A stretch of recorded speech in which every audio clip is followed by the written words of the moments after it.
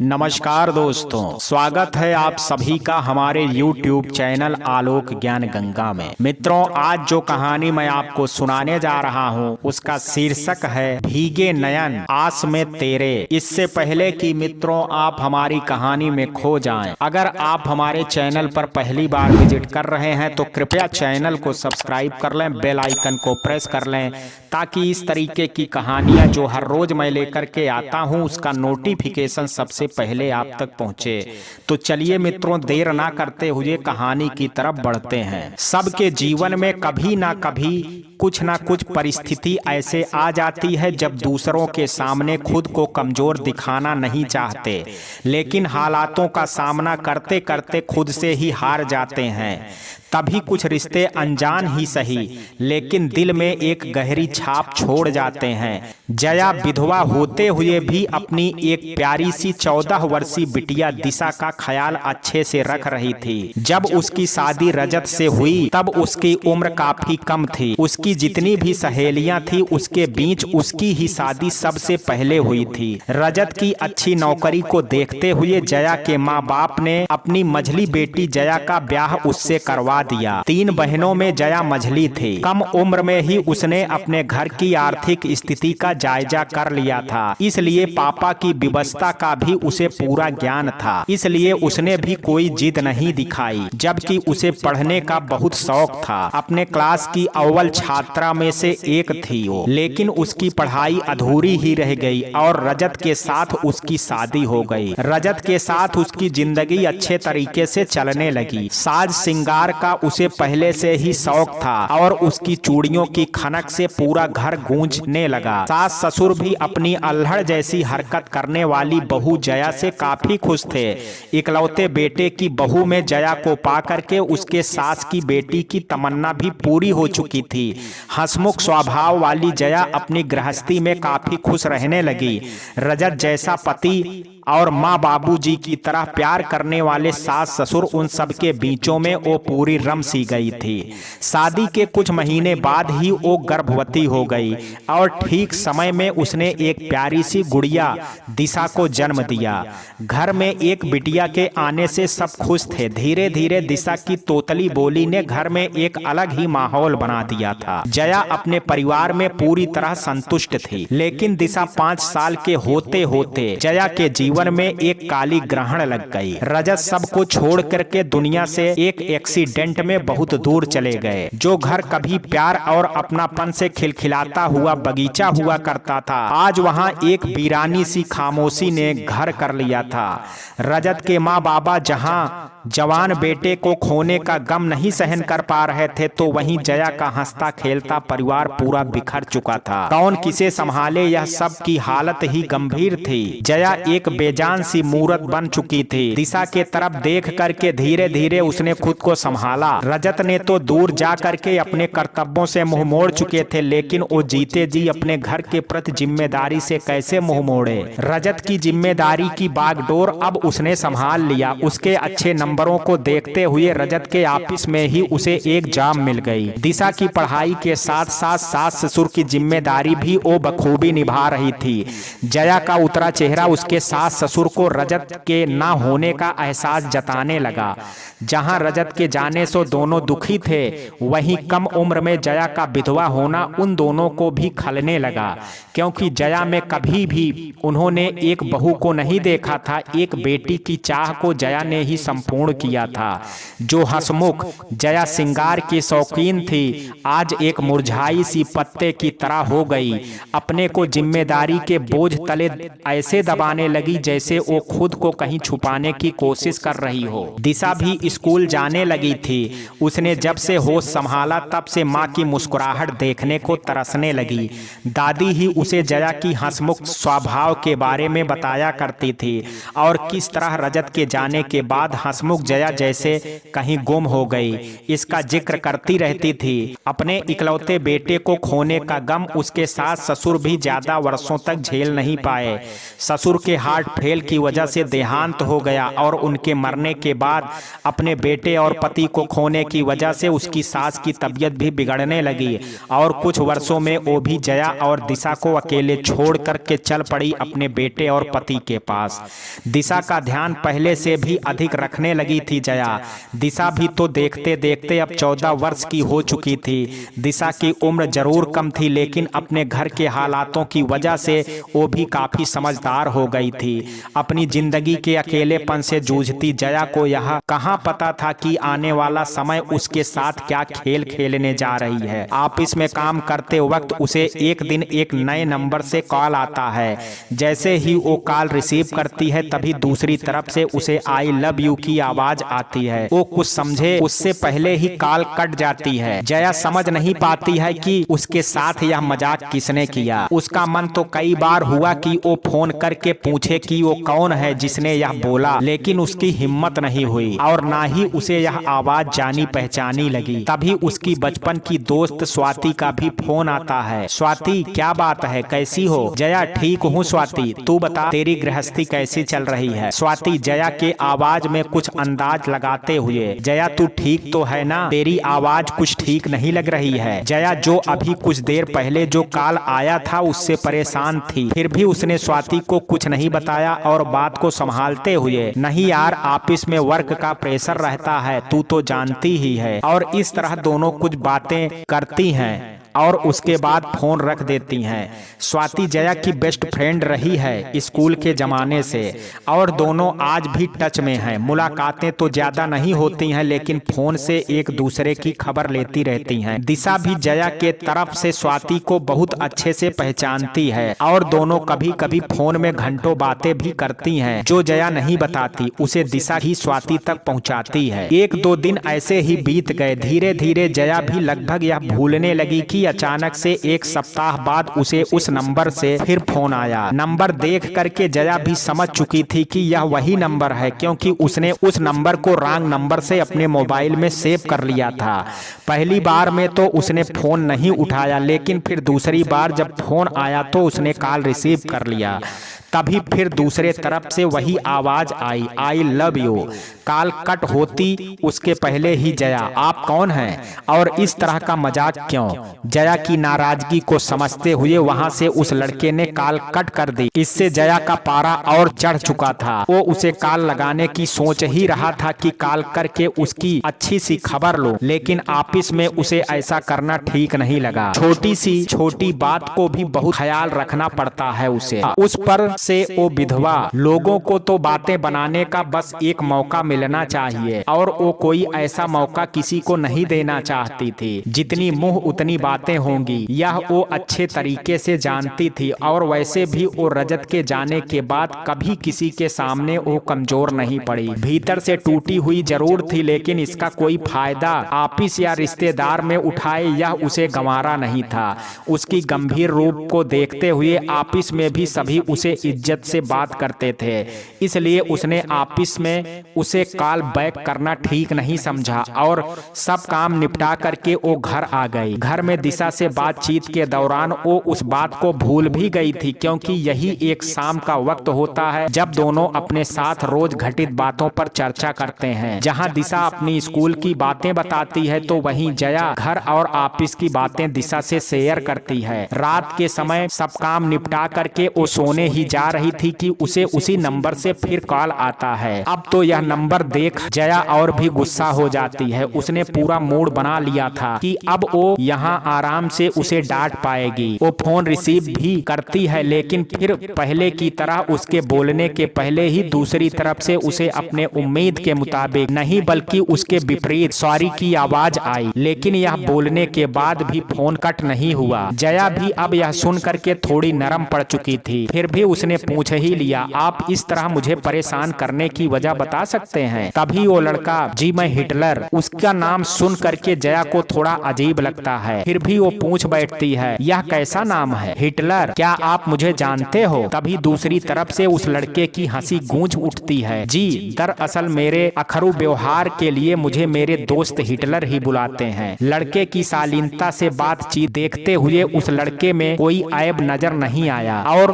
वो भी जानने के लिए फिर से पूछ बैठती है, जी क्या आप मुझे जानते हो? आपने 2 बार मुझे कॉल करके बदतमीजी भी की है, क्या मैं इसका कारण पूछ सकती हूँ? हिटलर ने भी अपनी सफाई देते हुए कहा, जी उस गुस्ताखी के लिए मैंने आपको अभी फोन किया है। मैं दोस्तों के सामने आपसे माफी मांग सकता था, इसलिए अभी आपको फोन करने की गलती कर बैठा और आपको फोन लगाना महज एक इत्तेफाक है। दरअसल कुछ दोस्तों के चक्कर में ऐसा हो गया। मेरे शर्मीले व्यवहार के चलते मेरे दोस्त कभी कभी मेरा मजाक भी उड़ाते हैं। बस यूं ही समझ लीजिए कि अपनी धौंस जमाने के लिए मैं उनसे शर्त लगा बैठा। उनका कहना था कि मैं एक नंबर डायल करूं और उसे आई लव यू बोलूं। बस जो नंबर मैंने डायल किया वो इत्तेफाक से आपका निकल गया, इसलिए मैं आई लव यू बोल करके ही फोन कट कर दिया। मुझे भी यह करना बहुत खराब लगता था, लेकिन दोस्तों के बीच अपनी इज्जत बची रहे इसलिए मुझे ऐसा करना पड़ा और आज उन सब के सामने तो आपसे माफी मांग नहीं सकता, इसलिए इस समय आपसे माफी मांगने के लिए फोन किया है। उस अनजान लड़के की बातें उसे कहीं ना कहीं सच नजर आ रही थी और उसने जिस तरीके से सब बताया जया को उस पर यकीन आ गया। तब जया, कोई बात नहीं, आपने माफी मांग ली यही बहुत बड़ी बात है। यह कह करके बात को ना बढ़ाते हुए उसने फोन कट कर दिया। कुछ देर तो हिटलर की कही बातें सोचती रही और फिर ना जाने कब उसकी आंखें लग गई। सुबह फिर वही रेगुलर रूटीन शुरू हो गया। सब तैयारी कर दिशा की टिफिन लंच बॉक्स तैयार कर वो निकल पड़ी अपने जॉब के लिए।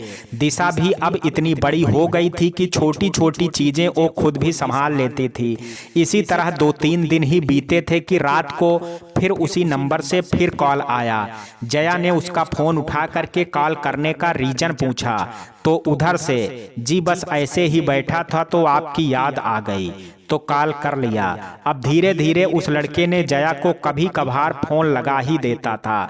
लड़के की बातें अब कहीं ना कहीं जया को भी अच्छी लगने लगी। धीरे धीरे दोनों की बातें होने लगी। अब तो दोनों के बातचीत के दौरान समय की कोई बंदिश नहीं थी। हिटलर भी अब जया से खूब सारी बातें करने लगा था। जया ने अपने बारे में उसे सब बता दिया। उन दोनों को बात करते 15-20 दिन बीत गए, पता ही नहीं चला। अब तो ऐसे होने लगा कि दोनों जब तक एक दूसरे की आवाज ना सुन लेते तो दोनों को ही चैन नहीं आता। दरअसल हिटलर जया की छोटी सी छोटी बात का भी ख्याल रखने लगा। कभी कभी तो दोनों में से किसी बात को लेकर के इतनी लड़ाई होती कि लगता था कि दोनों शायद अब कभी बात नहीं करेंगे, लेकिन अगले ही पल दोनों फिर बातों में लग जाते। कहीं ना कहीं जया भी खुश रहने लगी क्योंकि हिटलर जया की फिक्र करने लगा था। उसकी सेहत के बारे में पूछता, उसका मूड ठीक करना हिटलर की आदत में शामिल हो गया था। रजत के बाद उसकी परवाह अगर कोई करने वाला था तो वो एक हिटलर ही था। उसके सामने वो बेझिझक सब बोलने लगी थी। बहुत ही कम वक्त में दोनों की अच्छी खासी दोस्ती हो गई थी। हिटलर ने बस उसे अपने बारे में इतना ही बताया था कि वो एक सरकारी जॉब में है और इंदौर का रहने वाला है। अच्छी दोस्ती होने के बावजूद भी एक लक्ष्मण रेखा उन दोनों के बीच थी जिसे अब तक ना कभी हिटलर ने पार किया था और ना ही जया ने। जो जया कभी किसी के सामने ना रो पाई। इतने वर्षों तक जिस आंसू को संभाले रखा था हिटलर के सामने, वो ना जाने कैसे बहने लगे। उसे खुद पता नहीं था कि वो इतनी कमजोर है और ना जाने क्यों हिटलर के सामने उसकी कमजोरी पकड़ी जाती है। दूर रहते हुए भी एक दूसरे के आवाज सुन यह अनुमान लगा लेते हैं कि कौन किस हालत में है। हिटलर ने कभी भी अपने दुख से उसे दुखी नहीं किया। उसकी हर कोशिश यही रहती कि जया खुश रहे और बहुत जल्द ही एक एहसासों के बंधन में दोनों बंध रहे थे। अब जया कुछ बदलने लगी थी। जिस इंसान से वो इतने दिन बात कर रही थी, अब उसे होश आया कि उसने तो कभी उसका नाम ही नहीं पूछा। वो खुद भी उसे हिटलर कह करके ही बुलाती थी। बातों बातों में ही एक दिन जया ने उससे पूछ ही लिया, हमारे बीच इतनी अच्छी दोस्ती हो गई, लेकिन आज तक तुमने अपना सही नाम ही नहीं बताया। हिटलर ने भी हंसते हुए जवाब दिया, कभी तुमने पूछा ही नहीं, इसलिए मैंने भी नहीं बताया। तुम भी मुझे हिटलर ही बुलाने लगी। उसकी बातें सुन करके जया बोली, सही बोले, जब से हमारे बीच बात हो रही है तुमने सिर्फ मुझे ही संभाल। हमेशा से तुम्हारी कोशिश यही रही कि कैसे मैं खुश रह पाऊं। आज तुम बोलो कुछ अपने बारे में, अपने सही पहचान से। हिटलर जो जया को उसके नाम से ही बुलाता था, जया मेरा नाम अखिल है। जया अच्छा नाम है तुम्हारा अखिल। हिटलर जी मेम साहब, बाकी को तुम जानती ही हो कि मैं एक सरकारी जॉब में हूँ। तुम अगर भूल गई हो तो क्या यह भी बताऊं? जया हंसते हुए, अरे नहीं हिटलर, सॉरी सॉरी। खेल, मैं ना तुम्हें अखिल ही बुलाऊंगी, क्योंकि हिटलर जैसे सीरियस तो तुम मुझे कभी लगे ही नहीं। तो फिर तुम्हारे दोस्तों ने कैसे तुम्हारा नाम हिटलर रख दिया? अखिल, सच बोलूं तो मैं तुम्हारे साथ जितना फ्री बात कर लेता हूँ, सबके सामने मैं वैसा हूँ नहीं तो बोलो ना, मेरी अभी तक गर्लफ्रेंड भी नहीं है। लेकिन इसका मतलब यह नहीं कि मेरे लाइफ में लड़कियां आई नहीं, मुझे नहीं मिली कोई मेरे टाइप की, और मैं सबके साथ उतना नहीं जुड़ पाता जितना तुम्हारे साथ जुड़ा हूँ। जया हंसते हुए, हाँ तो जनाब के लिए लड़की भी मुझे ही तलाशनी होगी। जया की बातें सुन करके अखिल थोड़ा चुप हो गया। दोनों ही धीरे धीरे अपने जीवन के हर पहलू को शेयर करने लगे। लेकिन एक दिन अखिल ने उससे कह दिया, जया कितने टाइम हो गए हम दोनों को बात करते, लेकिन अभी तक हम दोनों ने एक दूसरे को नहीं देखा। जया को पता नहीं क्यों, लेकिन यह बात कुछ अच्छी नहीं लगी। फिर भी अखिल, क्या जरूरत है देखने की? बिन देखे ही हम दोनों जब एक दूसरे को पहचानने लगे हैं, कभी ऐसी जरूरत ही नहीं पड़ी कि एक दूसरे को देखने की बात हो, तो आज यह अचानक से क्यों? अखिल जया की बात पर मायूस होते हुए, नहीं यार ऐसे ही आज मन में आया कि तुम्हें देखूं। तुम्हारी आवाज इतनी प्यारी है तो तुम खुद कितनी खूबसूरत होगी, एक पिक तो भेज ही सकती हो। जया ने कुछ काम का बहाना बना करके फोन रख दिया। अखिल तो जया को इतना समझने लगा था कि क्यों जया ने फोन रख दिया। 2 दिन हो गए लेकिन अखिल ने उसे कॉल नहीं किया। जया चाहते हुए भी उसे फोन नहीं कर पा रही थी। वो खुद इंतजार करने लगी कि शायद अखिल का फोन आए। 2 दिन और बीत गए, ना ही अखिल कर पा रहा था और ना ही जया। आखिरकार 7वें दिन अखिल ने ही फोन किया और धीरे स्वर में बोला, कैसी हो? अखिल ने फोन आने पर जया ने गुस्से से कहा, कहाँ थे तुम? फोन क्यों नहीं किए? अखिल, इतनी चिंता थी तो तुमने कॉल क्यों नहीं किया? अखिल की बात सुनकर के जया चुप हो गई। अखिल, मैंने ऐसा क्या बोल दिया तुम्हें कि तुमने फोन कट कर दिया? जया धीमे स्वर में, नहीं ऐसा कुछ नहीं है, मैं पिक वगैरह नहीं लेती, तुम्हें तो पता है ना। जया की बातें सुन करके अखिल फिर फोन रख देता है। जया भी सोचने लगती है कि सही में अखिल ने तो बस एक पिक ही मांगा है, कोई गलत व्यवहार तो नहीं किया है। बेकार में ही वो इस बात को तोड़ मरोड़ रही है। उसने अलमारी से पुरानी एल्बम निकाली उसे पिक भेजने के लिए। इतने सालों बाद उसने वह एल्बम हाथ में लिया था, जिसमें ना जाने कितने सपने, कितने हसीन पल कैद हो करके पड़े थे, जिसमें अभी सिर्फ धूल ही धूल पड़ी थी। उसने अपने आंचल से उसमें पड़े धूल को पोंछा और एक एक पिक को देखने लगी, जैसे सारी याद को ताजा करने की कोशिश कर रही थी। रजत के जाने के बाद उसे नहीं लगता था कि उसने यह एल्बम कभी दोबारा देखा हो। वो दिशा को भी आवाज लगाती है जो दूसरे कमरे में पढ़ रही थी। दिशा जब अपनी मम्मा के हाथ में यह एल्बम देखती है तो वो भी अपने मम्मा के पास बैठ जाती है। जया भी खुशी खुशी हर तस्वीर के साथ जुड़ी यादों को ताजा करते हुए दिशा को बताने लगी। बोलते हुए कभी जया के आंसू बह निकलते, जिसे दिशा अपने हाथों से पोंछती रहती। आज बरसों बाद उसने अपनी मम्मा को उससे कुछ शेयर करते देखा है।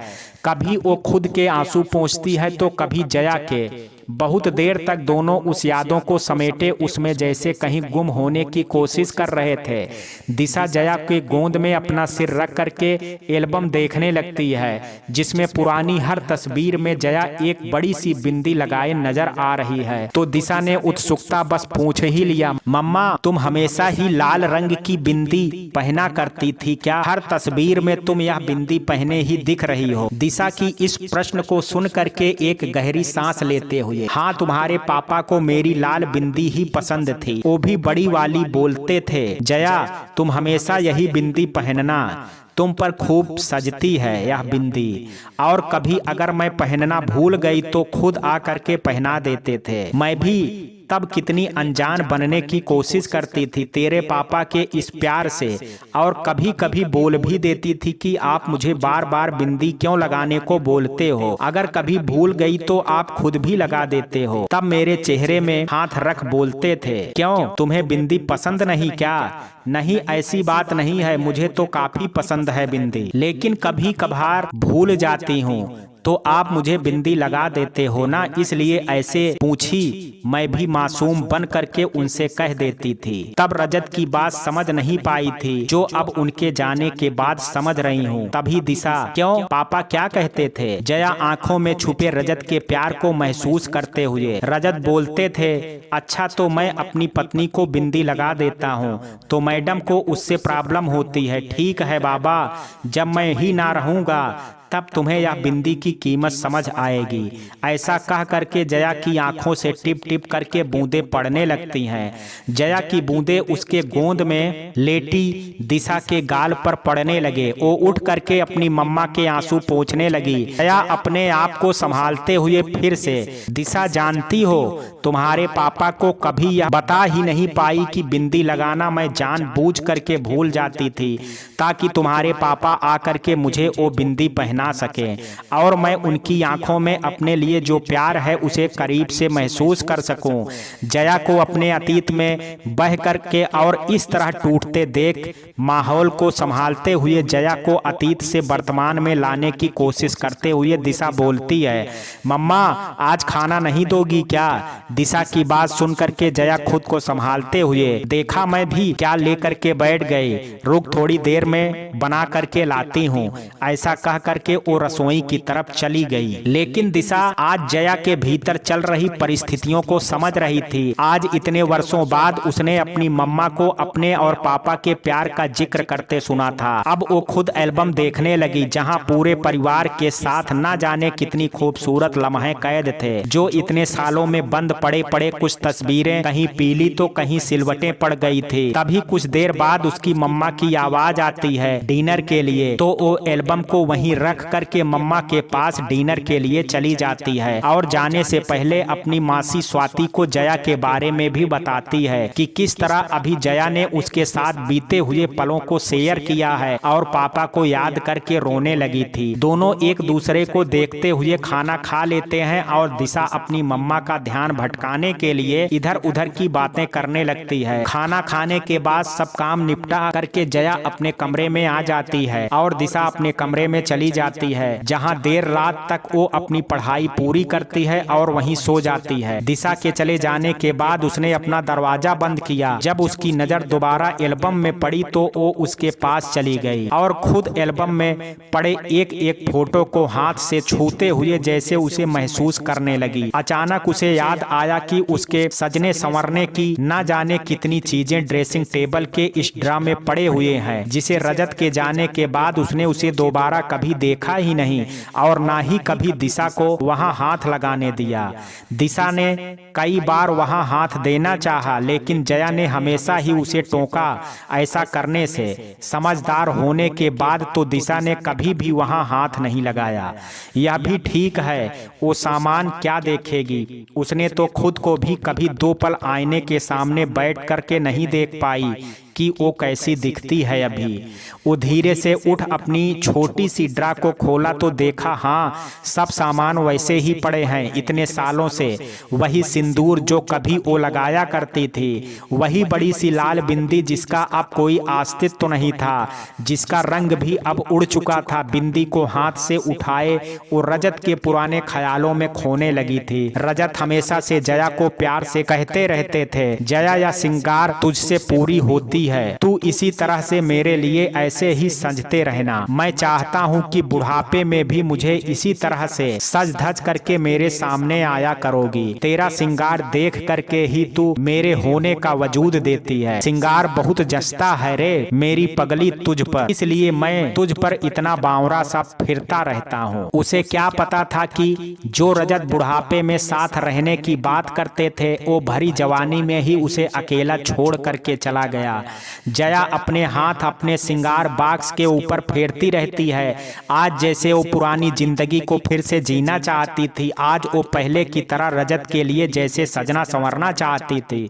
बहुत देर तक वो अपने कमरे में रजत के साथ उसके ख्यालों में जी रही थी। दूसरे दिन जब उसकी नींद टूटी तो देखा अखिल के 2 मिस्ड कॉल और कुछ मैसेज थे। उसने घड़ी की तरफ देखा तो 8 बज चुके थे। वो जल्दी जल्दी उठने लगी और मन ही मन सोचने लगी कि आज उसे ऑफिस में लेट हो जाएगा। तभी अखिल का फोन आता है। क्या बात है जया, मैंने इसके पहले भी तुम्हें फोन किया लेकिन तुमने उठाया नहीं। जया सॉरी अखिल, मेरी आंख ही नहीं खुली, देखो ना आज लेट हो जाऊंगी ऑफिस के लिए।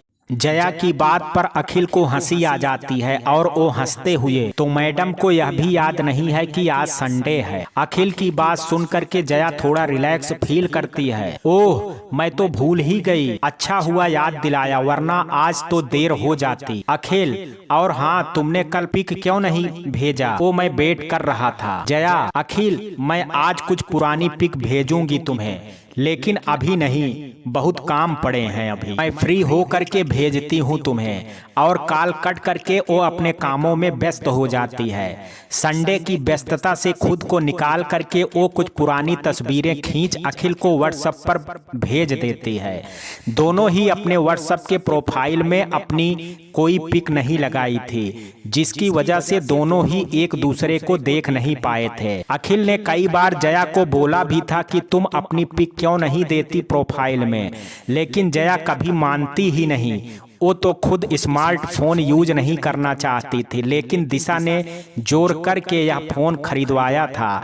अखिल ने तो कई बार उसे वीडियो कॉल के लिए भी बोला था ताकि जया को सच्चाई बता सके अपनी, लेकिन जया ने हमेशा ही वीडियो कॉल करने से मना किया उसे। इसलिए अखिल ने उसे अपनी पिक भेजने को कहा। काफी बार मना करने के बाद आखिर जया पिक भेजने के लिए मान गई। उसके बाद जब जया दोपहर को फ्री होती है तो देखती है मोबाइल में अखिल के बहुत सारे मैसेज पड़े हैं। हर मैसेज में जया की खूबसूरती का जिक्र था। इतने वर्षों बाद किसी ने उसकी खूबसूरती की तारीफ की थी, जैसे रजत किया करता था। हर मैसेज पढ़ करके उसके चेहरे पर एक मुस्कुराहट आ रही थी। अखिल ने जब देखा कि उसके मैसेज को जया ने रीड कर लिया है, तब वो समझ गया कि जया फ्री हो चुकी है, तो उसने फिर उसे कॉल किया। फोन करते ही अखिल, जया तुम तो वाकई में काफी खूबसूरत हो। अखिल की बात पर हंसते हुए, अरे नहीं मैं खूबसूरत थी, अब नहीं। अखिल मुझे अभी की पिक सेंड करो। अखिल की बात सुन करके जया फिर नाराज हो जाती है। अभी का क्यों? तुमने पिक सेंड करने को कहा था, मैंने कर दिया। अखिल जया को थोड़े रिलैक्स फील कराते हुए, जया थोड़ा रिलैक्स यार, इतनी हाइपर ना हो यार, मैंने तो इसलिए बोला कि मैं देख सकूं कि तुम अभी कैसी रहती हो। जया अखिल तुम जानते हो ना कि मैं सिंपल रहती हूँ। अखिल यही तो मैं बोलना चाहता हूँ कि तुम थोड़ा अपने लिए टाइम दो। जो चला गया वो कभी नहीं आएगा, लेकिन खुद के लिए भी तुम थोड़ा समय निकालो। और हाँ मैं आज ही नहीं बोल रहा हूँ तुम्हें पिक देने को, कल तो ऑफिस जाओगी तब थोड़ा सा खुद के लिए तैयार होना और मुझे कल पिक सेंड करना। जया पता नहीं तुम्हें क्या हुआ है, क्या करना चाहते हो तुम? अखिल जया की बात पर हंसते हुए, तुम नहीं समझोगी, तुम बस वही करो जो मैं बोल रहा हूँ, तुम्हें मैं बाद में यह समझा दूंगा। होगा। जया और अखिल को बात करते हुए 2-3 महीने होने लगे थे, लेकिन दोनों एक दूसरे की आवाज से ही एक दूसरे को पहचानने लगे थे। लेकिन अब अखिल को पिक देखने की सूझने लगी। अखिल ने पहली बार जया को उसके पुराने फोटो में देखा था। अखिल को पता था कि किसकी आवाज इतनी मधुर होगी तो वो खुद भी कितनी सुंदर होगी, और अखिल की सोच सही साबित हुई। जया की पिक देखने के बाद अखिल भी जया से बात करने के बाद काफी खुश रहने लगा था। लेकिन उसने जया से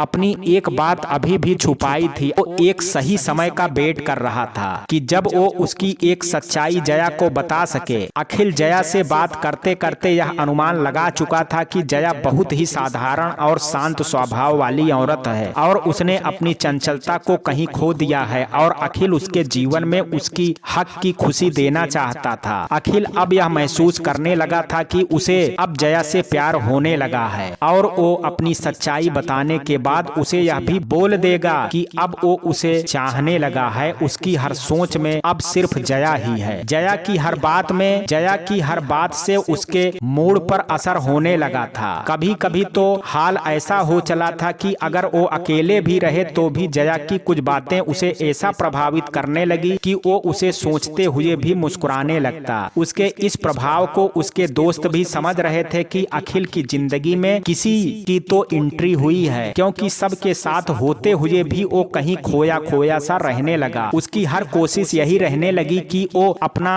अधिकतर समय जया को दे। सीरियस रहने वाली जया को अब अखिल की कुछ बातों पर मुस्कुराने लगी है। वो उसे पास से देखने को बेचैन होने लगा है। ऐसा होना भी लाजमी है अखिल के साथ, क्योंकि अखिल ने आज तक किसी भी लड़की से बात नहीं किया था, और उसके लाइफ में जो पहली लड़की आई थी वो थी हम सबकी जया। अक्सर ऐसा होता है कि हम जब किसी से अपने मन की हर बात शेयर करते हैं, जो कभी अपनों के बीच रह करके भी किसी से व्यक्त नहीं कर पाते, लेकिन कोई अजनबी होते हुए भी कुछ ऐसा खास हो जाता है जब उसकी बातें, उसकी हंसी हमारे जीवन में एक अलग पहचान बना लेती है। ऐसी ही हालत अब अखिल और जया की ही थी। जया के लिए जो फीलिंग्स थी अखिल के मन में, वो अब बदलने लगे थे। हमदर्दी कहीं प्यार में तब्दील होने लगी थी, लेकिन इन सब बातों से अनजान जया अभी तक यह समझ नहीं पाया था। हाँ, अखिल में आए कुछ बदलावों को वो जरूर महसूस करने लगी थी। दूसरे दिन जब जया ऑफिस के लिए रेडी हो रही थी तो उसे अखिल की बात याद आ गई, लेकिन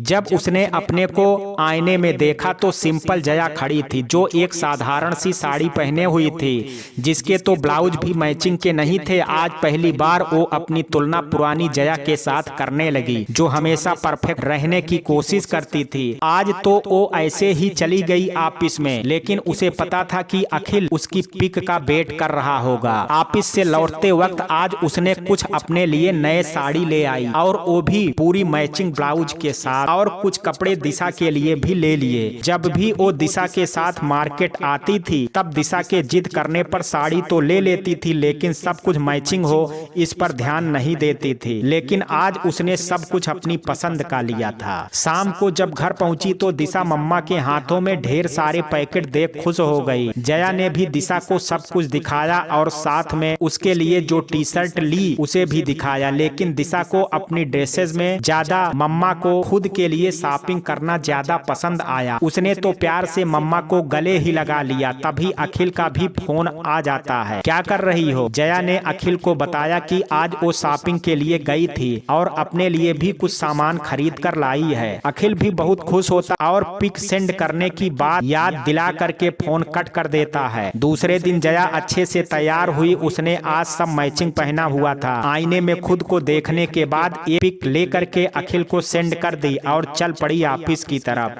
अभी भी पिक देख करके अखिल जया की खूबसूरती का अंदाजा लगा चुका था।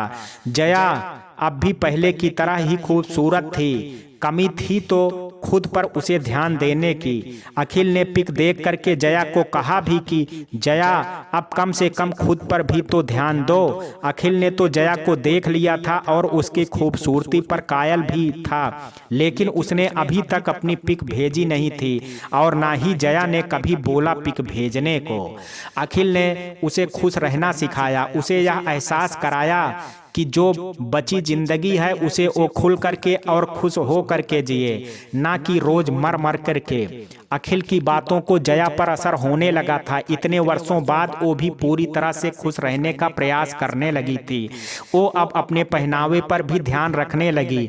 मैचिंग साड़ी के साथ साथ मैचिंग ब्लाउज पहनने लगी। आईने में खुद को देखने लगी। कभी कभी तो पुराने गानों को भी गुनगुनाने लगी थी। कहीं ना कहीं जया की यह परिवर्तन दिशा भी नोटिस करने लगी थी। वो खुद भी अपनी मम्मा की सहायता करती थी उसके पहनावे के साथ मैचिंग करने में, और कभी कभी तो मम्मा के कान के पीछे एक काला टीका भी लगा देती थी ताकि उसकी मम्मा की मुस्कुराहट को किसी की नजर ना लगे। दिशा और हिटलर दोनों की सपोर्ट से जया में कई परिवर्तन आने लगे। दिशा ने भी अब यह भी नोटिस करना शुरू कर दिया था कि उसकी मम्मा की बातचीत किसी से फोन पे हो रही है। मम्मा कोई भी काम कर रही हो लेकिन अपने फोन की रिंगटोन सुन वो जल्दी से साड़ी में हाथ पोंछते हुए अपने फोन के पास चली जाती हैं। लेकिन दिशा ने उसे कभी टोका नहीं और ना कभी कोई प्रश्न किया। उसने अंदाजा लगा लिया था कि उसकी मम्मा में यह परिवर्तन उस फोन वाले की वजह से ही हुआ है। लेकिन अब वो अपनी मम्मा को बस खुश देखना चाहती थी। अपनी मम्मा की मुस्कुराहट ही उसने कभी देखा नहीं था। आज मम्मा को खुद से तैयार होना, गुनगुनाना कहीं ना कहीं दिशा को एक अलग ही खुशी दे रही थी। एक दिन सवेरे जया जब ऑफिस के लिए निकल रही थी तो दिशा, मम्मा रुको। जया जल्दबाजी में घड़ी देखते हुए, क्या बात है दिशा, जल्दी बोलो। दिशा अपने बैग में से कुछ लाती है और मम्मा के पास जा करके, मम्मा यह बिंदी लगाओ। जया आश्चर्य से दिशा की तरफ देखते हुए, दिशा तू जानती है ना कि मैं बिंदी नहीं लगाती। दिशा, पहले देखो तो सही, यह छोटी बिंदी है मम्मा और तू इसे लगा सकती है, रुक जरा। और दिशा खुद ही अपनी मम्मा को बिंदी लगा देती है और उसे आईने के पास ले जाती है और, देखो मम्मा कितनी जच रही है तुझे, तू ऐसे ही अब लगा करके रखेगी वरना मैं बात नहीं करूंगी। जया ने फिर खुद को आईने में देखकर दिशा की तरफ देखते हुए, दिशा सब क्या बोलेंगे बेटा। दिशा मम्मा को बाहों में भर करके, कोई कुछ नहीं बोलेगा मम्मा, तुम ऐसे ही जाओ। दिशा के गाल में हाथ थपकाते हुए वो निकल पड़ी ऑफिस के लिए। ऑफिस में भी आजकल सभी जिया के बदलते रूप की चर्चा करने लगे थे, जिसमें से कुछ खुश थे जया को अपनी जिंदगी में आगे बढ़ते देख, तो कुछ ऐसे भी थे जो किसी को खुश देख बात बनाने का मौका नहीं छोड़ते थे। रात को जया ने अखिल को दिशा ने जिस तरह से उसे बिंदी लगाई उसके बारे में भी बताया और ऑफिस में कुछ एक ही नजर क्या कहने लगी उसे भी बताया। लेकिन अखिल ने उसे फिर हिम्मत रखने को कहा और दिशा ने और दिशा ने जो किया उसकी तारीफ भी की। इधर उधर की बातें होने के बाद अखिल, जया तुम्हें कभी मन नहीं हुआ मुझे देखने का? अखिल की अचानक से पूछे इस प्रश्न का कोई उत्तर नहीं था जया के पास। जया खामोश रही। अखिल फिर से, जया क्या समझूं तुम्हारी खामोशी को? जया के पास अभी भी कुछ नहीं था बोलने को। जया की बहुत देर चुप्पी के बाद अखिल फोन कट तो कर देता है लेकिन जया को बेचैन छोड़ देता है। जया उसे कैसे बताती कि उसका भी मन होता है अखिल को देखने का, लेकिन चाह करके भी वो ऐसा नहीं बोल सकती। वो अखिल का साथ तो खोना नहीं चाहती थी लेकिन अखिल को पाने का भी नहीं सोच सकती थी। वो भी समझने लगी थी कि अखिल की बातें कुछ इशारा करने लगी हैं, लेकिन जया ने उसे कभी बढ़ावा नहीं दिया कि अखिल कभी कुछ गलत समझ सके। कभी कभी तो अखिल जया की कुछ बातें सुन बिल्कुल खामोश हो जाता, जैसे अपने भीतर दर्द को बड़ी आसानी से छुपाने की कोशिश करती है। कितनी ही बार दोनों के बीच ब्लॉक और अनब्लॉक का खेल हो चुका है कि दोनों ने गिनती ही छोड़ दिया है और हर बार पहल अखिल ही करता है। यह बात तो जया भी जानती थी। एक दिन अखिल जो आज कुछ सोच रखा था वो आज जया को बता ही देगा कि वो उसे प्यार करने लगा है। और हिम्मत करके, जया एक बात है जो मैं बहुत दिन से सोच रहा हूँ कि तुम्हें बताऊं। अखिल के इस तरह से सीरियस बात सुन आने वाले पल से घबराते हुए, हाँ बोलो। अखिल, सीधा मुद्दा में आता हूँ। अब तो जया का दिल और भी जोर जोर से धड़कने लगा। वो बस हाँ ही कह पाई। अखिल, जया मैं तुमसे प्यार करने लगा हूँ और तुमसे एक बात भी छुपाया हूँ। छुपाने की बात सुन करके जया सकते में आ जाती है। क्या छुपाया है तुमने? कौन हो तुम? अखिल जया को घबराते देख, चिंता मत करो, मैंने जो अपने बारे में बताया है वो बिल्कुल सही है। अखिल की बात से रिलैक्स महसूस करती है। तो क्या छुपाया है तुमने? अखिल, देखो जया, मैं तुम्हें बहुत बार अपनी पिक भेजना चाहता था, लेकिन तुमने कभी नहीं चाहा कि मैं अपनी पिक भेजूं, इसलिए तुम दोषारोपण नहीं कर सकती मुझे। जया काफी ध्यान से अखिल की बात सुन रही थी। जया को चुप देख करके फिर से अखिल, जया मैं तुमसे प्यार करने लगा हूँ और मैं तुम्हें पिक भेज रहा हूँ, देख लो। यह कह करके वो फोन कट कर देता है और जया को पिक सेंड कर देता है। इधर जया अखिल को इजहारे प्यार के बारे में सोचने लगती है। उसे तो अंदाजा हो चला था कि अखिल कुछ ऐसे ही बोलना चाहता है, इसलिए वो हमेशा किसी ना किसी रूप में हमेशा बात को घुमा देती थी और अखिल का ध्यान दूसरी तरफ कर देती थी कि अखिल यह ना कह पाए। लेकिन आज अखिल ने हिम्मत करके अपने मन की बात को बता ही दिया। तब तक अखिल का पिक भी आ गया और ना चाहते हुए भी उसने अखिल का देखा तो उसे कुछ समझ नहीं आया। वो कुछ सोचती उसके पहले ही अखिल का फोन आ जाता है। पिक देखा? जया गुस्से में, यह कब की पिक है? अखिल जया की गंभीरता को समझते हुए, यह रिसेंट पिक है मेरी। जया, तुमने कभी बताया नहीं कि तुम मुझसे छोटे हो और मैं पागल तुम्हें समझ नहीं पाई। इतना होने के बाद भी तुमने मुझे यह कैसे बोल दिया कि तुम मुझसे प्यार करते हो? जया की बातें सुन करके अखिल, क्या मैं छोटा हूँ तो क्या मेरे प्यार में कोई कमी रह जाएगी? मैं 28 साल का हूँ और तुम 35 की हो। सच बताना, क्या तुम मुझे नहीं चाहती हो? अखिल की बेतुकी हरकतों से बाज आ करके, जया तुमने यह कैसे सोच लिया कि मैं तुमसे प्यार करती हूँ? अखिल तुम होश में तो हो? क्या बके जा रहे हो? अखिल जया की बात सुन करके थोड़े ताव में, तुम स्वीकार नहीं करना चाहती, यह अलग बात है, लेकिन प्यार तो तुम्हें भी है मुझसे। जया, अखिल तुम समझ भी पा रहे हो तुम क्या बोल रहे हो? जया की बात सुन करके अखिल बोला, अच्छा जया, एक बात का जवाब दो मुझे। जया गुस्से से, तंग आ चुकी हूँ मैं तुम्हारे प्रश्नों से। जया को इस तरह बोलते देख कुछ उदास होते हुए अखिल, जया क्या तुम सच में मुझसे प्यार नहीं करती हो? अगर मेरी उम्र तेरी जितनी होती तो क्या तब भी तू मुझे स्वीकार नहीं करती? जया अखिल की उदासी को समझते हुए थोड़े नर्म से, अखिल तुम क्यों एक ही बात में अड़े हो? इस बात को चलो यहीं रफा दफा करते हैं। अखिल, मुझे अपने प्रश्न का जवाब चाहिए। क्या तुम मेरी उम्र देख पीछे हट जा रही हो? जया अखिल के बातों से तंग आ करके, अखिल इसका जवाब मेरे पास नहीं है, मैंने तुमसे हमेशा एक अच्छा दोस्त देखा है। अखिल तेज दिखाते हुए, मुझे यह सब नहीं सुनना है, मुझसे प्यार है कि नहीं तुम्हें? जया समझ चुकी थी कि अखिल अभी भी कुछ नहीं समझ पाएगा, क्योंकि अखिल को जब गुस्सा आता है तभी एक समय ऐसा होता है जब अखिल किसी की नहीं सुनता है। गुस्से में तो वो वही सुनना चाहता है जो वो सुनना चाहता है। इसलिए बात को आगे ना बढ़ाते हुए जया भी गुस्से में फोन कट कर देती है। वो अब अखिल के कहे शब्दों को सोचने लगती है और उसे कैसे खुद पता नहीं चला कभी कि अखिल उससे छोटा है। अखिल के छुपाए इस बात से वो और भी ज्यादा परेशान हो गई। उसे समझ नहीं आ रहा था कि अखिल छोटे होते हुए भी वो कैसे उसे समझने लगा था कि बिना कहे उसकी हर फीलिंग्स को समझ लेता था।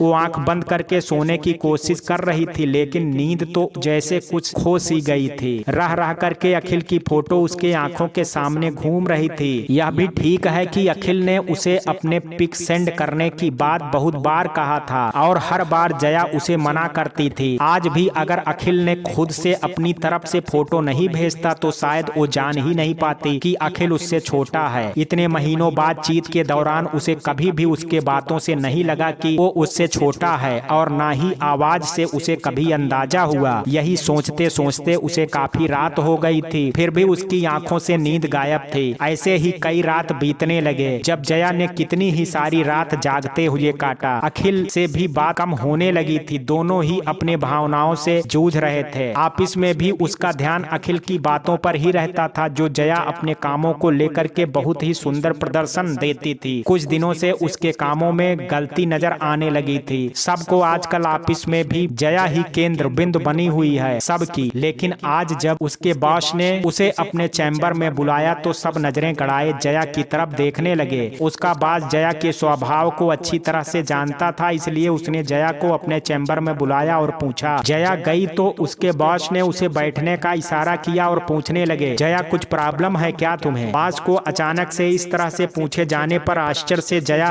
क्यों सर क्या बात है, आपने अचानक से ऐसा पूछा? बॉस, जया मैं पिछले कई दिनों से नोटिस कर रहा हूँ कि तुम थोड़ी सी परेशान रहने लगी हो और अपने काम के प्रति लापरवाह होती जा रही हो। जया सॉरी सर, अगर मुझसे कोई मिस्टेक हो गई हो तो। बॉस, जया मैं तुम्हें अच्छी तरह से जानता हूँ, इसलिए तुम्हारे रेपुटेशन को देखते हुए ही मैंने अपने कमरे में तुमसे बात कर रहा हूँ। अगर परेशान हो तो बोलो, मैं कुछ हेल्प कर पाऊँ। जया नहीं सर मैं ठीक हूँ और आगे से गलती का भी ध्यान रखूंगी। Boss, Jaya take care. आजकल तुम भी जानती हो कि ऑफिस में तुम्हें लेकर के बहुत सी बातें हो रही हैं। जया, मैं आपका इशारा समझ गई सर, मैं ध्यान रखूंगी। यह कह करके जया अपने टेबल में आ जाती है। आखिरकार एक दिन अखिल जया को फोन कर, जया बहुत दिन हो गए लेकिन तुमने मेरी बातों का जवाब नहीं दिया। जया थोड़ी सी परेशान होते हुए, अखिल छोड़ो ना, क्यों ऐसी बातें कर करके हम दोनों का मूड ऑफ कर रहे हो? तुम तो जानते हो मुझे, मैं ऐसा कुछ नहीं कर सकती और आजकल इसी परेशानी की वजह से मेरे काम में भी गलती होने लगी है।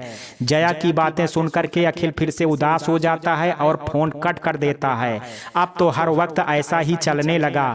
अखिल अपनी जिद में रहता और जया अपने फोन कट करने के बाद भी कुछ टाइम बाद अखिल फोन कर ही देता।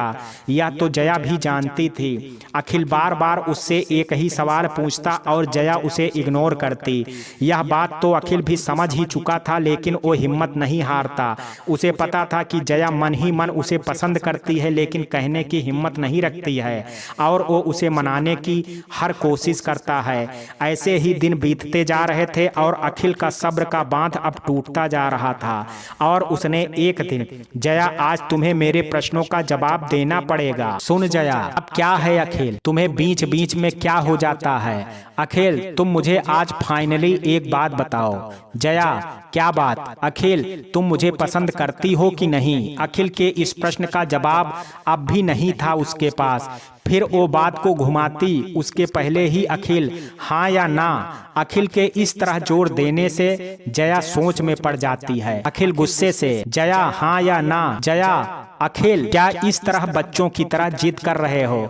हम दोस्त बन करके भी तो रह सकते हैं। लेकिन अखिल एक ही रट लगाए जा रहा था और इसका जवाब जया के पास नहीं था। जया फिर से उसे समझाने की कोशिश करते हुए, अखिल हम दोनों ही अच्छे दोस्त हैं और इस दोस्ती को मैं खोना नहीं चाहती हूँ, लेकिन एक दोस्त से ज्यादा मैं कुछ और नहीं दे सकती तुम्हें। अखिल, जया की बात सुन उदास होते हुए, मतलब तुमने कभी मुझसे प्यार नहीं किया। इतने महीने बीत गए हम दोनों की बात करते, तुमने कभी मेरे लिए नहीं सोचा। जया अब भी चुप थी। उसे चुप देख करके अखिल जया के प्रति उसका प्यार बढ़ रहा था और वो वही प्यार जया से भी उम्मीद कर रहा था। इसी आवेश में वो जया को अपनी कसम दे देता है। कसम की बात सुन करके जब जया चुप थी, क्योंकि वो अखिल की झूठी कसम तो खा नहीं सकती थी। बहुत देर के बाद भी जया ने कुछ नहीं कहा तो अखिल ने फोन कट कर दिया। जया अखिल को झूठ भी नहीं बोल सकती थी, क्योंकि अखिल को वो प्यार तो करती थी, लेकिन वो जानती थी कि सब प्यार की मंजिल नहीं होती है। कुछ बात अनकही रहे, उसी में सबकी भलाई है। प्यार ना सही, लेकिन उसकी दोस्ती को खोने का वो सोच भी नहीं सकती थी। अखिल को कुछ ना बताए वो रह नहीं पाती थी, लेकिन अखिल को प्यार का झूठा दिलासा नहीं देना चाहती थी,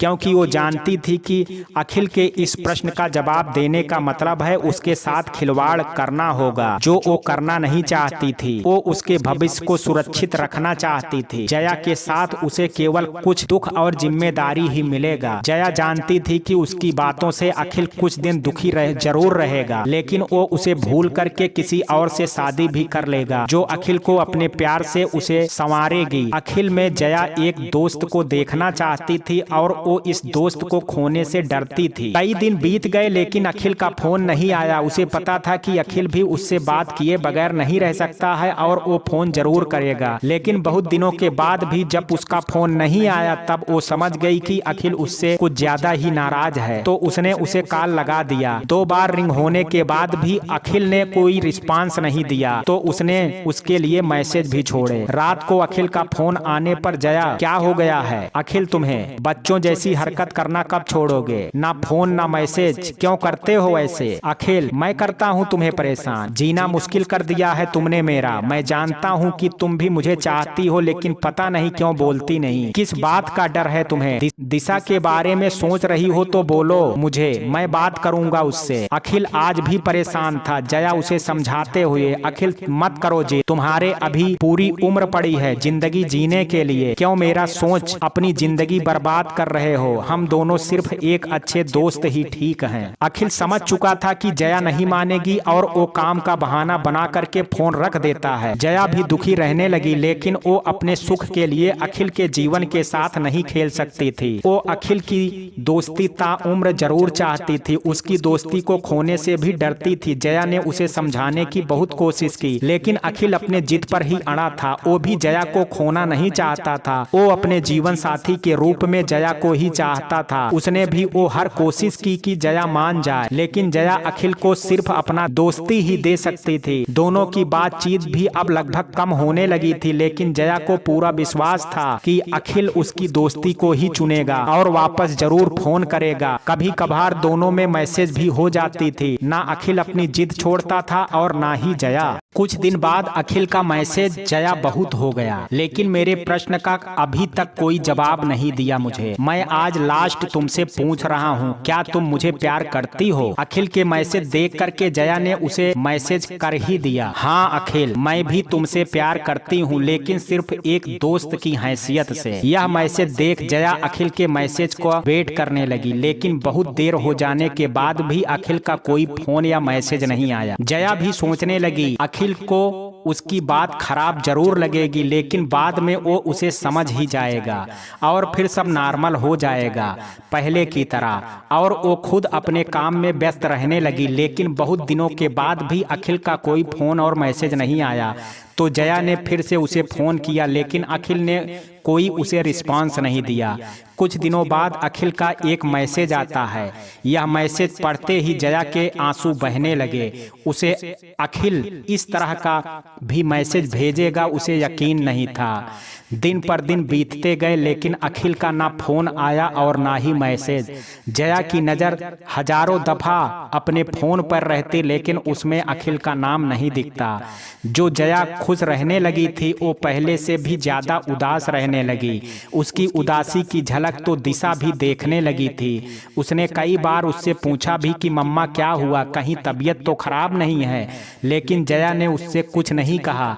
हमेशा ऑफिस में वर्क प्रेशर का बहाना बना देती। रात को अकेले भी कई बार मोबाइल चेक करती कि कहीं अखिल का कोई मैसेज आया हो कि नहीं, और मोबाइल देख करके दूसरे पल ही उदास हो जाती। वो समझ ही नहीं पा रही थी जो अखिल उससे बिना बात किए रह नहीं पाता था, वो आज बिना बात किए बगैर कैसे रह ले रहा है। ऐसे ही दिन कटने लगे और एक दिन दरवाजा खोलते ही दिशा ने स्वाति को पाया तो खुशी से खिल उठी और अपने माँ को आवाज लगाई, मम्मा देखो कौन आया है। यह कहते ही उसने स्वाति को घर के अंदर बुला लिया। दिशा की आवाज सुन करके जब तक उसकी माँ भी रसोई से कमरे तक आ गई। उस दिन रविवार था और जया भी घर पर ही थी। स्वाति को देख करके जया भी अपनी खुशी रोक ना पाई। आखिर कितने वर्षों बाद दोनों मिली। फोन पर तो कभी कभी बात हो ही जाती थी, लेकिन मिलना कुछ वर्षों से कभी नहीं हुआ। जया को देखते ही गले मिलते हुए स्वाति ने कहा, जया कैसी हो? ना फोन ना मैसेज करती हो आजकल, क्या हो गया है तुम्हें? अपने चेहरे पर मुस्कुरा मुस्कुराहट दिखाते हुए जया, आओ पहले बैठो, थोड़ी सुस्ता लो, तुम आज भी नहीं बदली। मिलते ही प्रश्नों की बहार छोड़ देती हो। अरे स्वाति का हाथ पकड़ करके उसे बैठाते हुए, स्वाति बहुत अच्छा लगा तुम आई, और लेकिन आज अचानक से सब ठीक तो है ना, कोई घबराने वाली बात तो नहीं है। जया ने अचानक से स्वाति को इस तरह आते देख मन में चल रही बुरी आशंकाओं से भय पाते हुए कहा। जहां इतने वर्षों बाद स्वाति को देख आंखें भर आई तो कहीं एक भय भी था कि स्वाति साथ कुछ बुरा ना हुआ हो। जया के मनोभाव को पढ़ते हुए स्वाति दिशा की तरफ देखते हुए, नहीं जया, मैं बिल्कुल ठीक हूँ, बहुत साल हो गए तुझे देखे, तो बस मन किया तुझसे मिल आऊं तो आ गई। क्यों तू खुश नहीं है मुझे आते देख? जया, नहीं स्वाति, मैं भी खुश हूँ बहुत। उसकी बात खत्म भी नहीं हुई थी कि दूसरे कमरे से जया की मोबाइल बज उठी। जया अपनी रिंगटोन सुनते ही दौड़ करके मोबाइल की तरफ चली गई। उसे इस तरह देख करके दिशा और स्वाति दोनों एक दूसरे को देखने लगे। तभी दिशा स्वाति के पास बैठते हुए, थैंक यू मासी जी, जो आप मेरे कहने पर यहाँ आई हो। आप मम्मा को ना बताना कि मैंने आपको बुलाया है। देख लिया ना मम्मा को कैसे फोन की तरफ भागी। आप उनकी फ्रेंड हो सकता है मम्मा को आप जिस तरह समझा सके मैं समझ ना पाऊँ। मम्मा क्या चाहती हैं आप मुझे जरूर बताएं। कई दिनों से मम्मा का यही हाल है। स्वाति जया को दिलासा देते हुए, दिशा तुम टेंशन ना लो, अभी कुछ दिन हूँ यहाँ, मैं बात करूंगी तुम्हारी मम्मा से। गर्मी की छुट्टियां चल रही थी इसलिए दिशा तो घर में ही रहती थी, लेकिन जया का रेगुलर ऑफिस जाना पड़ता था। सवेरे तो वो सब तैयार करके ऑफिस निकल जाती थी, शाम को ही स्वाति से मिलना होता था उसका। अब कुछ दिनों से स्वाति के बातों से घर में एक अलग माहौल बन चुका था। स्वाति इन 2 दिनों में जया में आए परिवर्तन को भी समझ रही थी। एक दिन स्वाति ने मौका देखा, जया से पूछ बैठी, जया आखिर माजरा क्या है? अनजान बनते हुए जया, क्यों क्या हुआ? स्वाति, जया हम बचपन के दोस्त हैं, कम से कम मुझसे तो ना छुपाओ। मैं 2 दिन से नोटिस कर रही हूँ कि तुम बार बार मोबाइल चेक करती रहती हो, अपनी रिंगटोन सुन ऐसे भागती हो जैसे किसी का इंतजार हो तुम्हें। अपनी चोरी छुपाते हुए जया, नहीं स्वाति ऐसा कुछ नहीं है, तुम्हें गलतफहमी हुई है शायद। शाम को दिशा स्वाति बातें कर रहे थे तब जया आकर के बोलती है, तुम दोनों बात करो, ऑफिस से आते वक्त मैं घर के कुछ जरूरी सामान लाना भूल गई हूँ, उसे लेकर के आती हूँ। दिशा भी 2-3 सामान के लिस्ट बोल देती है ले आने को। जया निकल जाती है। दिशा और स्वाति बात करने लगती हैं, तभी अचानक से जया आ जाती है और स्वाति की तरफ देख करके बोलती है कि मैं अपना मोबाइल भूल गई, वही लेने आई हूँ। मोबाइल लिए जया फिर चली जाती है। उसे जाते देख दिशा, मासी देखा आपने मम्मा अपना ध्यान नहीं रखती हैं। पापा के मरने के बाद मैंने मम्मा को हमेशा मेरे लिए जीते देखा था, लेकिन कुछ महीनों से मम्मा में कुछ परिवर्तन आने लगे थे। अपने को आईने में देखना, बाल बनाना, गुनगुनाते हुए अपने कामों पर ध्यान देना कहीं ना कहीं मुझे भी अच्छा लगने लगा। मैंने मम्मा को इस तरह कभी नहीं देखा था, लेकिन आज कुछ दिनों से फिर वही हो गया है। मम्मा फिर ना जाने कहाँ गुम हो गई हैं। मुझे पहले वाली मम्मा नहीं चाहिए मौसी। मैंने कई बार पूछा कि क्या हुआ, लेकिन उन्होंने मुझे कुछ नहीं बताया। लेकिन हाँ, कुछ महीने तक मम्मा को मैंने किसी से बात करते हुए देखा है। बात करते हुए मम्मा को मुस्कुराते देखा है। मुझे बहुत अच्छा लगने लगा था, पर ना जाने क्यों अब मम्मा फिर से चुप रहने लगी हैं। लेकिन अब ऐसा लगता है कि जैसे वो किसी का इंतजार कर रही हों। दिशा की बातों को सहमति जताते हुए स्वाति, हाँ दिशा, मैंने भी देखा है जया को। मैं पूछी भी थी लेकिन उसने बात को घुमा दिया। तुम टेंशन मत लो, मैं बात करूंगी उससे। एक दिन दिशा को बाहर जाते देख स्वाति जया का हाथ पकड़ करके उसे कमरे में ले जाती है। उसे बच्चों जैसी हरकत करते देख जया, अरे क्या हुआ आज तुझे? स्वाति उसे नीचे बैठाते हुए, जब से आई हूँ एक बार भी तुझे सर पर मालिश करते नहीं देखा। बैठ, आज मैं तेल से मालिश कर देती हूँ। और वो तेल लेकर के मालिश करने लगती है। जया ने भी मना नहीं किया क्योंकि उसे ऐसा करना बहुत पसंद था। बहुत दिन क्या, बहुत साल हो गए उसे ऐसा मालिश किए हुए। स्वाति बचपन में भी कभी कभी उसे ऐसे मालिश कर देती थी, इसलिए आज स्वाति के बोलने पर उसने स्वाति को मना नहीं किया। तभी स्वाति कहने लगी, जया आराम मिल रहा है ना तुझे इस तरह की मालिश कितनी पसंद थी याद है? पुराने दिनों को याद करते हुए जया जया, हाँ याद है, हर एक चीज याद है। स्वाति, याद है तू सजना कितना पसंद करती थी। हम सब सहेलियों में से सबसे ज्यादा सजना संवरना तुझे ही पसंद था। स्वाति की बात सुन करके जया की आंख भर आती है।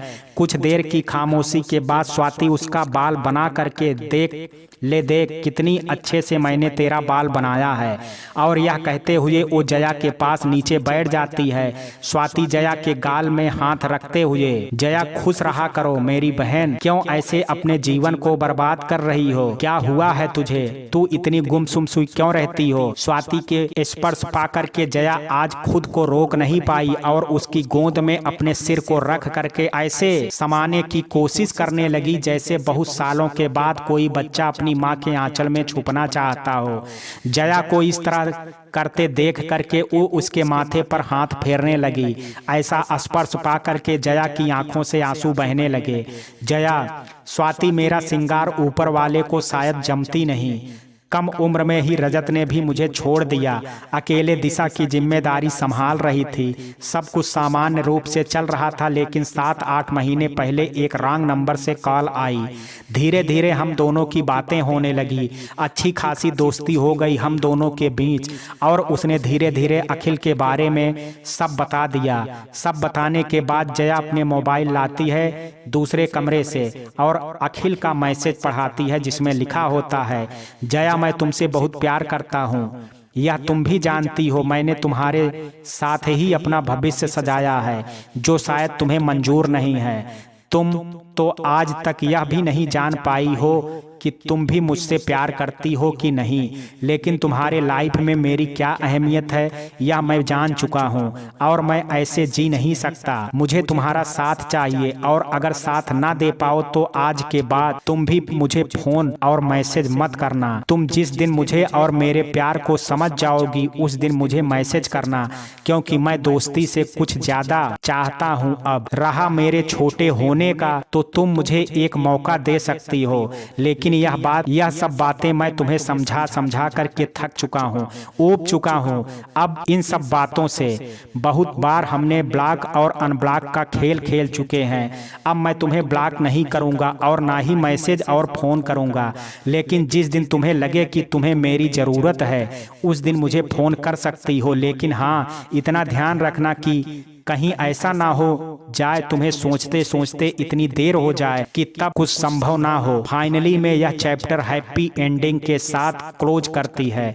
हैप्पी एंडिंग इसलिए कह रहा हूँ कि अभी मेरे दिल में जो तूफान चल रहा है जिसका तुम्हें अभी भी एहसास नहीं होने दिया है। मैं तुम्हें गुस्सा भी नहीं दिखा सकता क्योंकि तुमने तो वो अधिकार भी मुझे नहीं दिया है। बात को आगे ना बढ़ाते हुए बाय एंड मिस यू। यह मैसेज पढ़ते पढ़ते जया के आंसू बहने लगे और जया स्वाति से, स्वाति मुझे कभी उम्मीद नहीं थी कि अखिल मुझे इस तरह का मैसेज भेजेगा। फिर सोचा कि शायद कभी अखिल नाराज है मुझसे इसलिए ऐसा लिख दिया उसने, और वो जब शांत होगा तो मुझे कॉल जरूर करेगा। स्वाति, अखिल ने जो लिखा कि यह हमारी हैप्पी एंडिंग है, तो क्या ऐसा लिख देने से इतनी आसानी से कुछ भी एंडिंग हो जाती है? इतने महीने की बातचीत का जो एहसास था क्या वो दिल से निकल जाएगी? क्या वो मुझसे बिना बात किए रह पाएगा? वो क्या स्वाति मैं खुद नहीं रह पा रही हूँ, और मुझे पता है कि अखिल भी नहीं रह पा रहा होगा। मुझे उम्मीद भी है कि अखिल का फोन एक दिन जरूर आएगा और वो मुझे खोने के डर से मेरी दोस्ती को चुनेगा। जया को इस तरह से उत्तेजित देख करके स्वाति, रिलैक्स यार, थोड़ी शांत हो जा। अच्छा एक बात बता, तेरी बातों से तो लगता है कि तू भी अखिल को चाहती है, तो फिर उसकी बात मान क्यों नहीं लेती है? स्वाति के इस प्रश्न को सुन करके अवाक हो करके उसकी तरफ देखते हुए, स्वाति तू ऐसा बोल रही है, तू जानती है कि मैं रजत को कितना चाहती हूँ। यह बात अलग है कि वो नहीं है हमारे बीच, पर इसका मतलब यह नहीं है कि मैं उसे भूल गई हूँ। अखिल जो चाहता है मैं उसे नहीं दे सकती। उसकी उम्र देखा, मैं इतनी सेल्फिश नहीं हो सकती। मैंने अखिल में सिर्फ अपना एक अच्छा दोस्त देखा है। स्वाति, जया एक बात बोलूं, तू भी अखिल को चाहती है है, लेकिन कहीं तुम्हें कोई रोक रहा है। जया कुछ सोचते हुए, स्वाति क्या हर रिश्ते का एक नाम देना जरूरी है? क्या अखिल और मैं सिर्फ दोस्त नहीं रह सकते? हाँ, अच्छा लगता है मुझे अखिल का साथ, लेकिन मैं हमेशा एक दायरे के भीतर रही हूँ। कभी भी उसे कुछ गलत एहसास हो मैंने वैसा कुछ नहीं किया। आज अगर अखिल यह जिद ना दिखाता तो हम आज भी एक दूसरे के साथ होते, एक अच्छे दोस्त के रूप में। रजत तो चला गया, लेकिन अखिल ने तो मेरी जिंदगी में आकर के मुझे और भी गहरा दुख दे करके चला गया। बहुत बार मन करता है उसे कि फोन लगाऊं, लेकिन हर बार अखिल के लिखे शब्दों को याद करके पीछे हट जाता हूँ। स्वाति, मैं जी तो रही थी ना अपने जीवन में, चल भी रही थी जिंदगी, तो क्यों उसमें अखिल आ गया? अचानक उसका आना और फिर यूं चले जाना क्यों होता है यह? स्वाति, मैं इंसान हूँ यार, तकलीफ होती है मुझे भी जब कोई पास आकर के दूर चला जाता है, और अक्सर यह मेरे साथ ही क्यों होता है? स्वाति, मैं मानती हूँ बहन, लेकिन प्यार तो हो ही जाता है जया। इसमें ना तो अखिल का दोष ठहरा, इसमें ना तो मैं अखिल को दोषी ठहरा सकती हूँ और ना तुझे। तुमने भी तो खुद को एक दायरे में रखा है, लेकिन क्या तुम्हारा मन रह पाया उस दायरे में? तुम्हें अखिल को खोने का डर है क्यों? जया, क्या कहना चाहती हो स्वाति? स्वाति, खैर जाने दे यार, मैं क्या कहना चाहती हूँ यह तुम भी जानती हो। तुम दोनों की अपने रास्ते में ठीक हो, लेकिन अखिल की भी कोई गलती नहीं दिखती है। वो दोस्ती से ज्यादा चाहता है और तुम। स्वाति को इस तरह बोलते देख करके जया अपने आंखों में छिपे दर्द को छुपाते हुए दूसरी तरफ मुंह फेर लेती है। जया को इस तरह करते देख स्वाति जया की हकीकत और हालात को समझते हुए, जया इन सब बातों में तू एक चीज भूल रही है। स्वाति को ऐसा बोलते देख एक नजर स्वाति पर डालते हुए, क्या स्वाति? दिशा को। जया,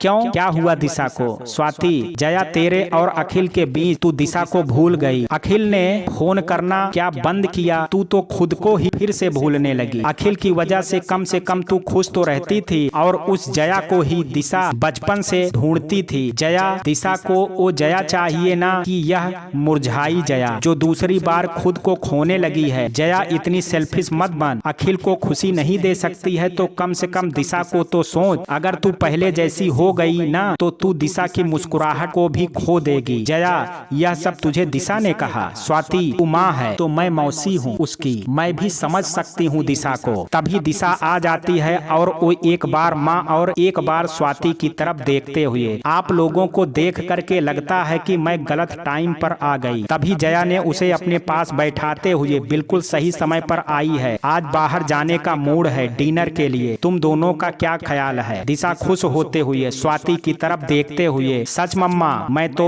गई रेडी होने। तभी स्वाति, रुको। तभी स्वाति, अरे रुक तो, कहीं घूमने जाने का प्रोग्राम बनाते हैं 2 दिन के लिए। मैंने तो एक जगह भी सोच लिया है, लेकिन जया को ऑफिस से छुट्टी लेनी पड़ेगी। क्यों जया, लोगी छुट्टी? दिशा की तरफ देखते हुए, ठीक है, मैं कल ऑफिस में बात कर लेती हूँ, 2 दिन की नहीं पूरे 7 दिन की छुट्टी लूंगी। जया की बात सुन करके दिशा अपने मम्मा को गले लगा लेती है और तीनों डिनर के लिए निकल पड़ती हैं। दूसरे दिन जया ने ऑफिस में जा करके 7 दिनों की छुट्टी के लिए अर्जी जमा करवा दिया। दूसरे दिन जया सब खाने का सामान पैक कर लेती है। तभी स्वाति उसके पास आकर के, जया, हम सब तो जा रहे हैं, लेकिन एक चीज तुम मत ले जाना। जया भी स्वाति की बात सुन करके दंग रह जाती है, फिर पूछ ही लेती है, क्यों, क्या लेकर के ना जाऊं? इतनी मेहनत से मैं सवेरे से उठ करके सब बनाया है, इसे लेकर के नहीं जा सकती क्या? स्वाति, अरे बुद्धू, मैं तेरी मोबाइल की बात कर रही हूँ। यह जो तेरा पूरा ध्यान फोन पर रहता है ना, ऐसा नहीं चलेगा। हम लोग के साथ सिर्फ मेरी सहेली और दिशा की मम्मा जाएंगी, अब समझी? जया ने स्वाति की बात को कोई जवाब नहीं दिया। सब तैयार होकर के निकलने लगे। दिशा तो लगेज लेकर के कैब के पास पहुंच भी गई। स्वाति जया के साथ ऊपर ही थी, क्योंकि जया को दरवाजा बंद करना था। स्वाति की बात का ध्यान में रख करके जया ने मोबाइल अपने कमरे में ही छोड़ दिया था, लेकिन दरवाजा बंद करने ही जा रही थी,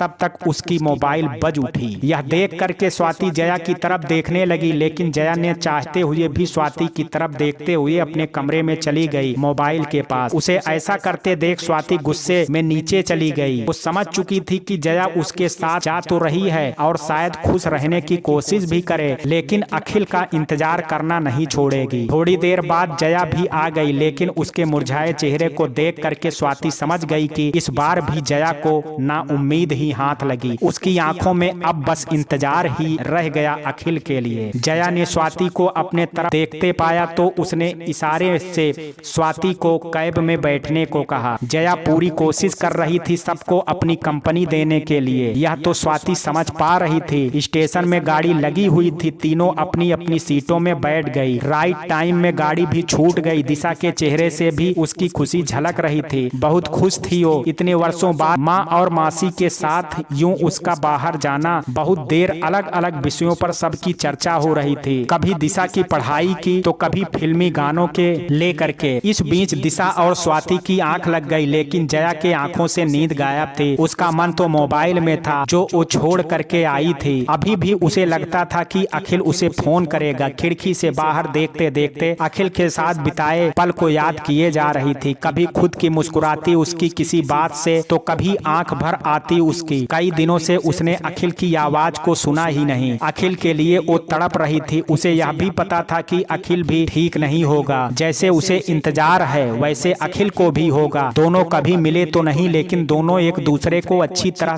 समझने लगे थे। आज अगर अखिल वो जिद छोड़ दे तो दोनों अच्छे दोस्त आज भी हो सकते हैं। तभी स्वाति की आंख खुल गई। जैसे ही जया ने स्वाति को उठते देखा तो जया ने किसी तरह अपनी आंख में छुपे आंसू को पोंछने लगी। जया के पोंछने के पहले ही स्वाति ने उसके आंखों में छुपे वो आंसू को देख लिया था, जिसे जया स्वाति से छुपाना चाहती थी। दोनों एक दूसरे को तरफ देख मुस्कुराने लगी, जैसे कुछ हुआ ही ना हो। थोड़ी देर बात करने के बाद जया ने भी अपनी आंखें बंद कर सोने की कोशिश करने लगी और स्वाति उसके चेहरे को ध्यान से देखने लगी। वो भी जानती थी कि जया अखिल को कभी भूल नहीं पाएगी। उसकी आंखों में एक इंतजार हमेशा ही रहेगा, लेकिन जया दोस्त से आगे बढ़ना ही नहीं चाहती होगी। इसके पीछे कुछ तो कारण होगा। कहीं अखिल की छोटी उम्र तो नहीं, कहीं दिशा का फ्यूचर और कहीं समाज की बातें जो दिशा को भी भारी पड़ सकता है। बहुत से विचार स्वाति के मन में चलने लगे। वो जानती थी कि अब जया की जिंदगी में कोई रॉन्ग नंबर नहीं आएगा। अब वो किसी को भी वो जगह नहीं दे सकती जो उसने अखिल को दिया था। अपने दोस्तों से जो शर्त अखिल ने लगाया था, हो सकता है कि वो ऐसा दोबारा किसी के साथ फिर करे। आजकल सोशल मीडिया में यही तो हो रहा है। यह स्वाति अच्छी तरह से जानती थी। हर कोई किसी न किसी की फीलिंग्स के साथ कहीं ना कहीं खेल रहा है। अगर अखिल को जया इतनी ही पसंद थी तो वो उसकी दोस्ती को ही स्वीकार कर लेता, उसके साथ रह सकता था।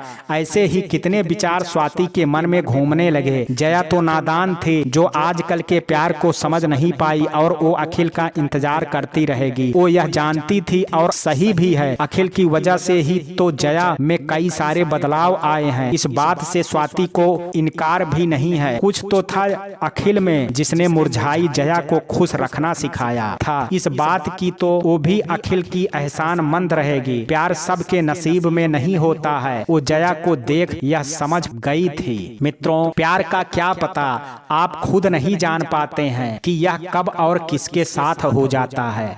लेकिन हर प्यार को मंजिल नहीं मिलती है। किसी किसी के लिए यह प्यार सिर्फ एक इंतजार बन करके रह जाता है। रियल और रील लाइफ में बहुत अंतर होता है। रियल लाइफ में जहां अंतिम चरण में सुख के साथ समाप्ति होती है, वहीं रियल लाइफ में ऐसा नहीं होता है। सब कहीं ना कहीं अधूरे रह जाते हैं। तो मित्रों, ये कहानी आपको कैसी लगी, आप अपनी राय मुझे कमेंट बॉक्स में जरूर दीजिएगा। वीडियो अगर पसंद आया हो तो वीडियो को लाइक, शेयर और चैनल को सब्सक्राइब करना ना भूलें। कल मिलते हैं एक नई कहानी के साथ। तब तक के लिए जय हिंद, जय भारत।